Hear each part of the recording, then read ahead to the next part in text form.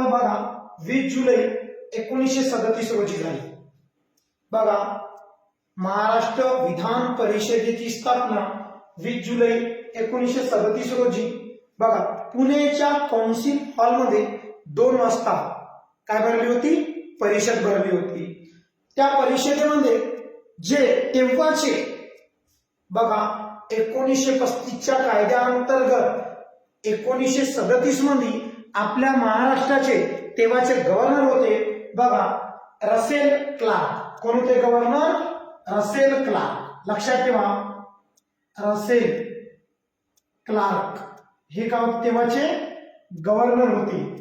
बघा मग या गव्हर्नर अंतर्गत बघा ही बैठक भरली होती आणि 20 जुलै 1937 रोजी बघा विधान परिषदेची काय झाली मग